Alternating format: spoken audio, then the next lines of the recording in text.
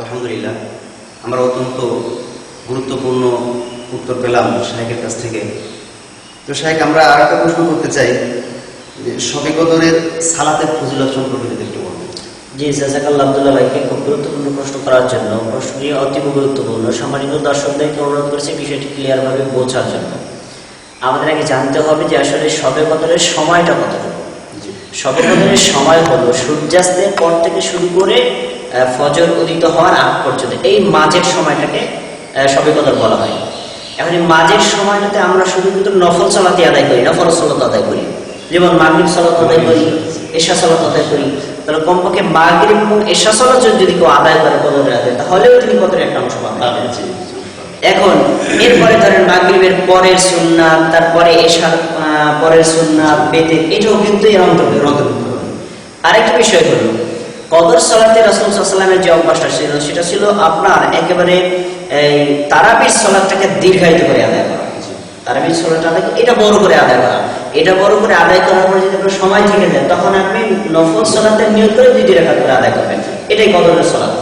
এক কথায় বলতে গেলে আমরা বলতে পারি একেবারে মাগরিব থেকে শুরু করে ফজর উদিত হওয়ার আগ পর্যন্ত ব্যক্তি যে কোনো সালাত আদায় করুন, ফরজ, ওয়াজিব, সুন্নাত, মুস্তাহাব, সব ধরনের সালাতই কদরের সালাত। এখন তবে এই ফরজ, ওয়াজিব এগুলো সুন্নাত আদায় করার পরে যদি এক্সট্রা তার সময় থেকে যায় তখন এই নফল সালাতের নিয়তে 2 রাকাত করে আদায় করবেন। নফল সালাত আদায় করলেই হলো। এটা এবার ফজিলত, আপনার যে প্রশ্নটা ছিল, ফজিলতটা হলো সহিহুল বুখারী 2014 নম্বর হাদিস। আন আবি হুরায়রা রাদিয়াল্লাহু তাআলা আনহু আন নবী সাল্লাল্লাহু আলাইহি ওয়াসাল্লাম قال, আবু হুরায়রা রাদিয়াল্লাহু তাআলা আনহু থেকে বর্ণিত, তিনি বলেন আল্লাহর নবী সাল্লাল্লাহু আলাইহি ওয়াসাল্লাম বলেছেন, মান কামা লাইলাতুল কদরি, যে ব্যক্তি লাইলাতুল কদরে সালাত আদায় করবে। কামা মানে দাঁড়িয়ে থাকা, সালাত যেহেতু দাঁড়িয়ে আদায় করা হয় এজন্য কামা বলা হয়েছে। মান কামা লাইলাতুল কদরি, যে ব্যক্তি কদরের সালাত আদায় করবে ঈমানান ওয়া ইহতিসাবান, ঈমানের সাথে নেকির আশায়, গুফিরা লাহু মা তাকাদ্দামা মিন যামবিহি, ওই ব্যক্তির পূর্ববর্তী সব গুনাহ ক্ষমা করে দেওয়া হবে। সুবহানাল্লাহ। অত্র হাদিস থেকে আমরা কয়টা পয়েন্ট আউট করতে পারি দেখুন। প্রথম কথা হলো কদরের সালাত আদায় করলে ব্যক্তির পূর্ববর্তী গুনাহ ক্ষমা হয়ে যায়। দ্বিতীয় কথা যে এই গুনাহ ক্ষমা লাভের জন্য 2টি শর্ত আরোপ করা হয়েছে। ঈমান থাকতে হবে। কোনো ব্যক্তি যদি ঈমান না থাকে তাহলে কিন্তু গুনাহ ক্ষমা হবে না। এই যে ঈমানটা মোস্ট ইম্পর্টেন্ট। যেন আমাদের সমাজে ইমাম কিভাবে নষ্ট এটা জানে না, কবরে সেজদা করা, মাজারে সেজদা করা, ব্যাপারে কোনো ব্যক্তিকে সেজদা করা ইত্যাদি শিরক করার কারণে ঈমান নষ্ট হয়ে যায়। আর জানেই না যেটা। হ্যাঁ, এই জন্য আপনাকে প্রথমে ঈমান ঠিক রাখতে হবে, তারপরে আপনাকে এই কদর সালাত আদায় করতে হবে। 2, আপনার নেকির আশায় হতে হবে, সমাজকে দেখানোর জন্য, ব্যক্তিকে দেখার জন্য, কাউকে সন্তুষ্ট করার জন্য, কাউকে শোনানোর জন্য ইত্যাদি নয়। তাহলে 2টি শর্ত পাওয়া গেল। কেউ যদি ঈমান থাকে তার এবং সে নেকির আশায় করে তাহলে সেই ব্যক্তির পূর্ববর্তী গুনাহ ক্ষমা করে দেওয়া হবে।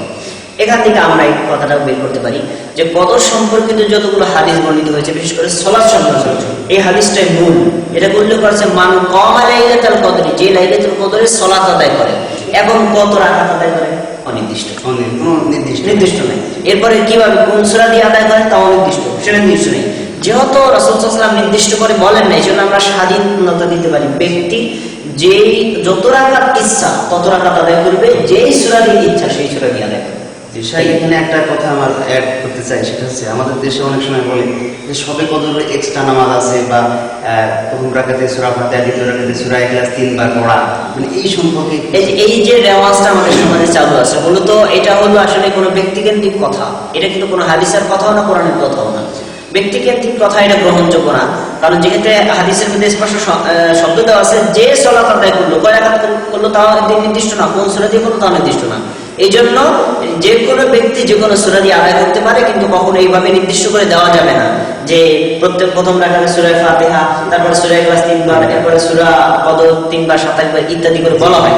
এইভাবে যে নির্দিষ্ট করে বলা হয় এটা বিদআত হবে, এটা করা যাবে না, এ থেকে বিরত থাকতে হবে। সর্বোপরি কথা আমরা সর্বশেষ জানতে পারলাম লাইলাতুল কদরের ফজিলত হলো কেউ কদরের সালাত আদায় করলে আল্লাহ তার পূর্ববর্তী গুনাহ ক্ষমা করে দিবেন। প্রিয় ভাইরা, আমরা কিন্তু সবাই পাপ, কম বেশি যে যা পাপ করেছি, বিশেষ করে কদরের রাতে সালাত আদায় করলে আল্লাহ তাআলা আমাদের পাপগুলো ক্ষমা করে দিতে পারেন। এখানে আরেকটা বিষয় স্পষ্ট করতে চাই ভাই, আপনি বলতে পারেন যে আমি যদি কোনো ব্যক্তি 10 লক্ষ টাকা নিয়ে মাইরে খাই তারপরে কদর সালাত আদায় করে মাফ করে দিবেন না। এখানে বিষয় হলো শুধু আপনার সাগীরা গুনাহগুলো আল্লাহ তাআলা ক্ষমা করে দিবেন, কিন্তু কাবীরা যে গুনাহ রয়েছে আপনাকে তওবা করতে হবে, আর অন্যের যদি কোনো হক থাকে সেটাকে আদায় করে দিতে হবে, তাহলে আল্লাহ তাআলা ক্ষমা করবেন। জাযাকাল্লাহু খাইর।